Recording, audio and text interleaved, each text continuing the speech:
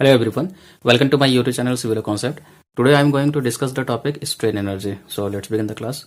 So first we will talk about what is strain energy. When work is done on an elastic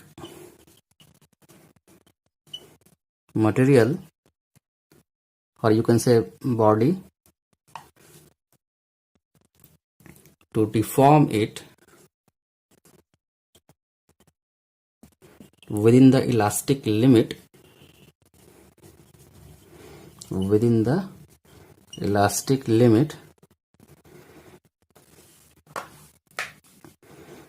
the energy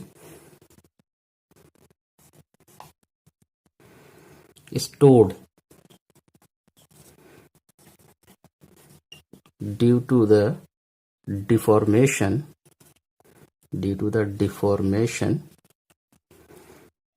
is called strain energy.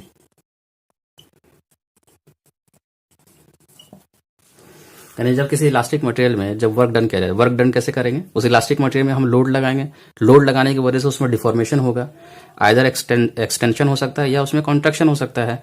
तो work done कब होगा? जब load लगाएंगे तो उसमें extension या contraction यानी जो डिफॉर्मेशन हो रहा है, अगर उस लोड को अगर हम उस डिफॉर्मेशन से मल्टीप्लाई करेंगे तो वर्क डन हो जाता है। तो यानी जब किसी इलास्टिक मटेरियल में आप जब फोर्स लगाते हैं तो उसमें डिफॉर्मेशन होता है, तो उस डिफॉर्मेशन की वजह से उसमें एनर्जी स्टोर हो जाती है। That stored energy is known as the strain energy.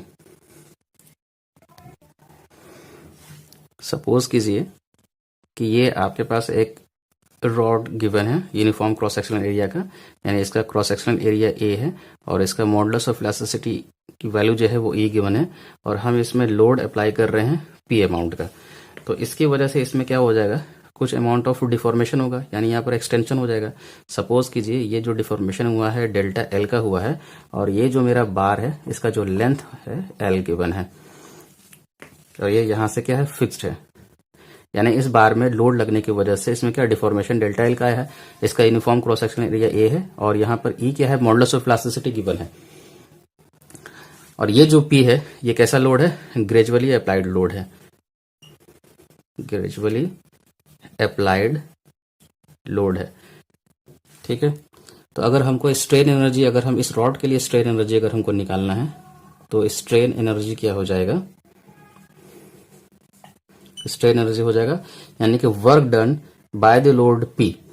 क्या हो जाएगा? Work done by the load P.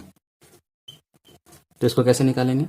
तो वर्क डन निकालने के लिए फोर्स इनटू डिस्प्लेसमेंट चाहिए, लेकिन यहाँ पर लोड ग्रेजुअली अप्लाइड है तो हम यहाँ पर एवरेज लोड या फोर्स की बात करेंगे। तो यहाँ पर लिख लेते हैं एवरेज लोड, और इनटू यहाँ पर देखिए एक्सटेंशन हो रहा है, डिफॉर्मेशन की जगह हम लिख सकते हैं एक्सटेंशन।